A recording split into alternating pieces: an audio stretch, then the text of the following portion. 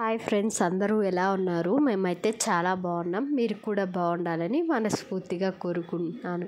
ఈరోజు నేను చూపించబోయే రెసిపీ వచ్చేసి ఎండు రొయ్యల పులుసు అనమాట. ఇది చాలా చాలా బాగుంటుంది. సంగట్లోకి బాగుంటుంది, రైస్లోకి బాగుంటుంది, చాలా బాగుంటుంది టేస్ట్. ఒకసారి మీరు కూడా ట్రై చేయండి.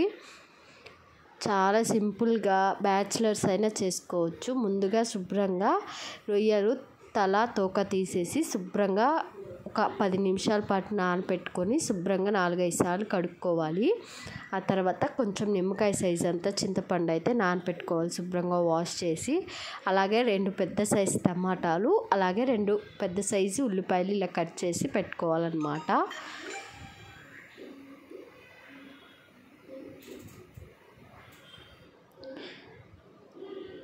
చాలా సింపుల్ ప్రాసెస్, ఎవరైనా చేసుకోవచ్చు. ఈ రెసిపీ అనేది చాలా సింపుల్గా చూపిస్తున్నాను. ముందుగా మనం కట్ చేసుకున్న టమాటాలు, ఉల్లిపాయలు ప్యాన్లో వేసేసుకోవాలి.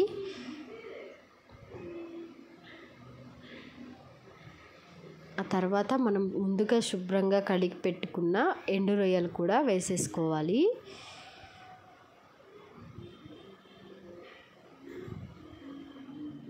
అలాగే ఒక 1/2 టేబుల్ స్పూన్ పసుపు, అలాగే కొంచెం సాల్ట్ అయితే వేస్తున్నాను, ఎక్కువ వేయట్లేదు.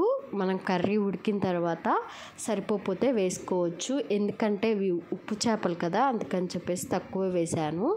అలాగే 1.5 టేబుల్ స్పూన్ దాకా కారం అయితే మీ స్పైస్ని బట్టి మీరైతే కారం అనేది వేసుకోండి. 1.5 టేబుల్ స్పూన్ అయితే సరిపోతుంది నేను చేసే ఈ కర్రీకి. అలాగే మనం ముందుగా కడిగి నానబెట్టుకున్న చింతపండు నానిన తర్వాత గుజ్జు అయితే తీసుకొని మన కర్రీలో యాడ్ చేసుకోవాలా. ఇలా గుజ్జు తీసుకున్న చింతపండు కూడా వేసేసుకోవాలా.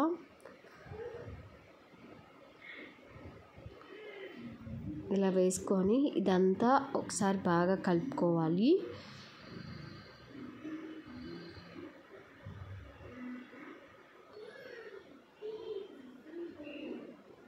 మీలో ఎంతమంది ఈ విధంగా చేస్తారో నాకైతే కామెంట్ చేయండి.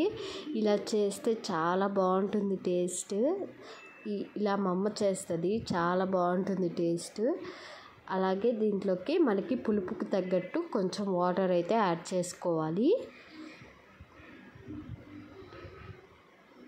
ఇదంతా ఒకసారి బాగా కలుపుకొని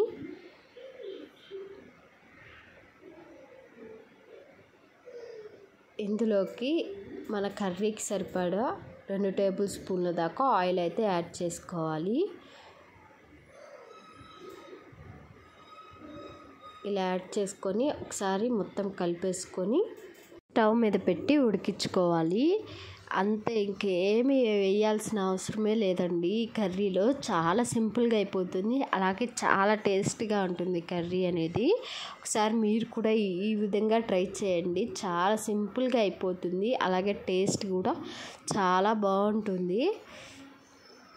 ఇంకా స్టవ్ మీద పెట్టేసి ఉడికించుకోవటమే.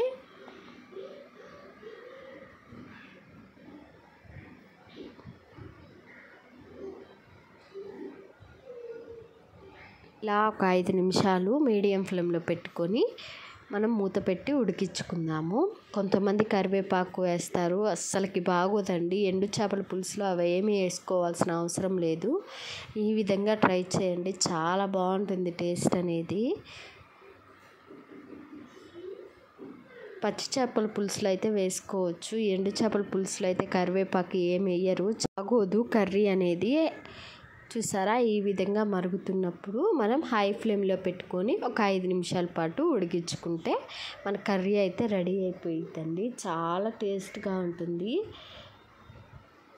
మీరు నూక అంటారు కదండి, దానిలోకి అయితే చాలా బాగుంటుంది టేస్ట్. నూక సంకటి అంటాం కదా, దాంట్లోకి అయితే చాలా బాగుంటుంది. ఉప్పు కొంచెం తక్కువే వేసాను కదా, సరిపోలేదని చెప్పేసి మళ్ళీ ఒక 1/2 టేబుల్ స్పూన్ దాకా సాల్ట్ అయితే వేసాను. అలాగే ఒక 1/2 టేబుల్ స్పూన్ దాకా కారం అయితే వేసాను. ఇది కొంచెం పులుసుగా ఉంటుంది కాబట్టి, మనం చింతపండు పులుసు పోసాం కాబట్టి కారం కొంచెం ఎక్కువే పడుతుంది. అందుకే చూసుకొని వేసుకోవాలన్నమాట ఈ కర్రీలో.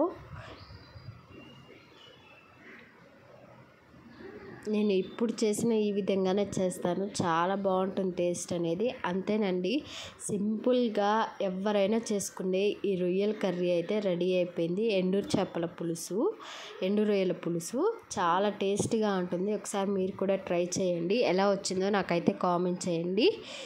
మరిన్ని వీడియోస్ కోసం నా ఛానల్ని సబ్స్క్రైబ్ చేసుకోవటం మాత్రం మర్చిపోకండి.